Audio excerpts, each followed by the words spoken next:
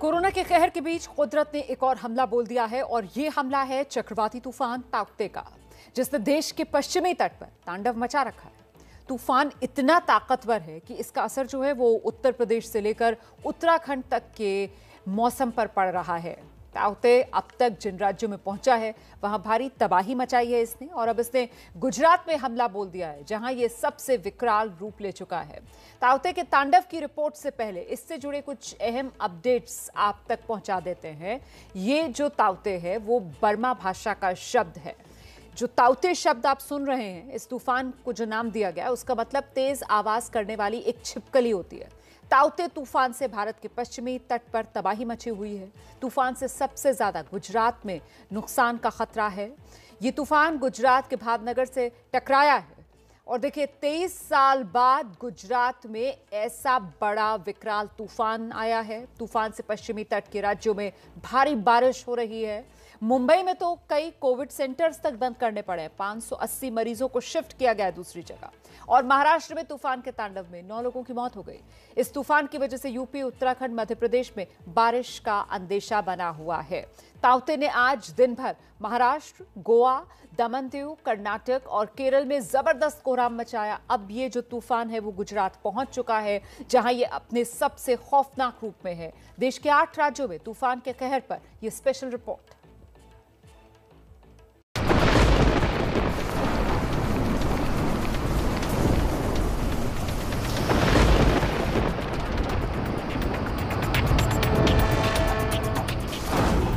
Corona के कोहराम में तूफान का तांडव। भारत के पश्चिमी तट पर चक्रवाती तूफान से तबाही।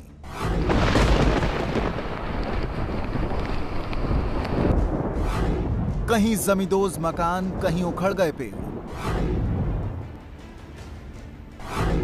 कोरोना काल में चक्रवाती तूफान ताउते ने भारत के पश्चिमी तट पर हमला बोला है। कुदरत के इस डबल अटैक की मार भारत के 8 राज्यों पर पड़ी है, जहां तूफान और भारी बारिश ने कोहराम मचा दिया है। किन राज्यों में कहर? अरब सागर से उठे इस तूफान ने लक्षद्वीप, केरल, कर्नाटक और महाराष्ट्र में जबरदस्त तबाही मचाई है। इसके अलावा गोवा और दमन द्वीप में भी तूफान से कोहराम मचा हुआ है। तूफान की सबसे बड़ी मार गुजरात पर पड़ी है। इसके अलावा राजस्थान भी इस चक्रवाती तूफान की चपेट में है। ताउते की मार से भारत की आर्थिक राजधानी मुंबई बुरी तरह से प्रभावित हुई। तूफान की आशंका को देखते हुए यातायात पहले ही बंद कर दिया गया था। इसके बावजूद मुंबई में काफी नुकसान हुआ है। तूफान की वजह से मुंबई के छत्रपति शिवाजी महाराज एयरपोर्ट को बंद कर दिया गया। इसके साथ ही मुंबई की लाइफलाइन लोकल ट्रेन पर भी ब्रेक लगा दिया गया। तूफान की वजह से मोनोरेल सेवा भी रोकनी पड़ी है। 100 किलोमीटर प्रति घंटे से ज्यादा की रफ्तार से हवाएं चलने से मुंबई में 250 से ज्यादा पेड़ उखड़ गए हैं, जिससे सड़क मार्ग भी ठप हो गया है। तूफान को देखते हुए बांद्रा वर्ली सी लिंक को भी बंद कर दिया गया। तूफान के साथ भारी बारिश भी हुई, जिससे सड़कों पर पानी भर गया है। निचले इलाकों में तो घरों में भी पानी दाखिल हो गया है। महानगर पालिका को जो जानकारी मिली है, कॉल्स आए हैं, उसके मुताबिक मुंबई भर में 250 से अधिक पेड़ गिरने की घटनाएं हुई हैं और जगह जगह पेड़ गिरने से काफी ज्यादा नुकसान हुआ है। कई वाहन को नुकसान पहुंचा हुआ है, कई वाहन टूट गए हैं, साथ ही साथ कुछ लोग जख्मी हुए हैं।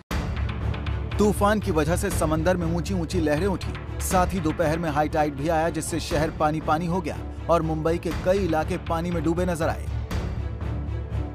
से कुछ ही किलोमीटर की दूरी से साइक्लोन गुजर रहा है। उसी बीच मुंबई में हाई टाइड की भी स्थिति निर्माण हुई है। मुंबई के समुद्र में आप देख सकते हैं कि हम लोग फिलहाल गेटवे ऑफ इंडिया इस इलाके में खड़े हैं और समुद्र की जो लहरें हैं वो कितनी ऊंची उठ रही हैं कि जिस वजह से यहाँ पर जो प्रोटेक्शन के लिए जो बैरिकेड्स लगाए थे, लोहे के बड़े बड़े बैरिकेड्स थे जिसे आप आसानी से हिला भी नहीं सकते, वो किस तरह से सड़क पर गिरे हुए हैं। इससे आप तेज तूफान और भारी बारिश की वजह से मुंबई के पॉश इलाकों में भी पानी भर गया। अमिताभ बच्चन के तो घर के बाहर पानी भरा, लेकिन अनिल कपूर के घर के अंदर पानी दाखिल हो गया। इस वक्त मौजूद हूँ मुंबई के जुहू इलाके में। आप लोग देख सकते हैं कि किस तरह से सड़क पर पूरी तरह से पानी भरा है। और ये जो आप देख रहे हैं ये अमिताभ बच्चन का प्रतीक्षा बंगला है और आप लोग देख सकते हैं कि किस तरह से प्रतीक्षा बंगले में भी पानी घुस चुका है। 2-2 फुट पानी जो है अंदर जा चुका है। मुंबई में इस चक्रवाती तूफान की वजह से सरकार को कई कोविड सेंटर भी बंद करने पड़े और मरीजों को सुरक्षित जगहों पर पहुंचाना पड़ा। साइक्लोन के चलते जो बीकेसी का कोविड सेंटर था उसे टेम्पररी बंद कर दिया गया। 193 पेशेंट को, जिसमें 73 पेशेंट आईसीयू में थे, विभिन्न अस्पतालों में शिफ्ट किया गया है। मुंबई के साथ साथ तूफान ने पूरे महाराष्ट्र में कोहराम मचाया है। महाराष्ट्र में ताउते की वजह से कई जगहों पर 180 किलोमीटर प्रति घंटे की रफ्तार से तूफान आया, जिससे हजारों पेड़ उखड़ गए। रत्नागिरी में तूफान की वजह से 40 घरों को नुकसान हुआ है, जबकि 3 स्कूल पूरी तरह से जमींदोज हो गए। जलगांव में पेड़ गिरने से 2 बहनों की मौत हो गई है। प्रशासन ने हजारों लोगों को सुरक्षित जगहों पर भेजा है। राज्य में एनडीआरएफ की 12 टीमें तैनात की गई हैं। एक तरफ कोरोना की महामारी तो दूसरी तरफ चक्रवाती तूफान ताउते, और इसकी वजह से मुंबई के कई घरों में आज चूल्हे नहीं जले। इस संकट में, इस विपदा की घड़ी में बहुत से ऐसे लोग हैं जो सड़कों पर उतरकर राहत और मदद कार्य कर रहे हैं। कोई भूखा न सोए ये सुनिश्चित कर रहे हैं। हम ऐसे ही एक क्लब में हैं जहां पर यह सुनिश्चित किया जा रहा है कि कोई भी व्यक्ति इस चक्रवाती तूफान और कोरोना काल में भूखा ना रहे।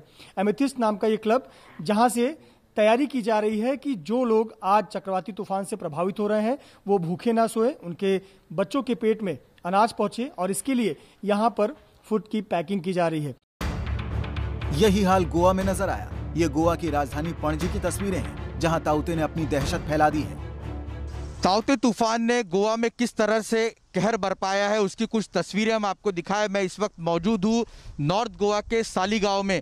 सालीगांव के यहाँ पर आपको कैमरा पर्सन उत्तम तस्वीरें दिखाएंगे। ये इलेक्ट्रिसिटी के कुछ पोल है जो यहाँ पर तेज हवाओं की वजह से धराशायी हो गए। इसके अलावा कई झाड़ जो है वो गिरे हैं, कई दुकानों का नुकसान हुआ है, घरों का नुकसान हुआ है। तूफान की सबसे बड़ी मार गुजरात पर पड़ी है, जहां तूफान का तांडव अभी शुरू हुआ है। यहां तूफान महाराष्ट्र और गोवा से ज्यादा तांडव मचा रहा है, इसलिए गुजरात में तैयारी भी जमकर की गई है।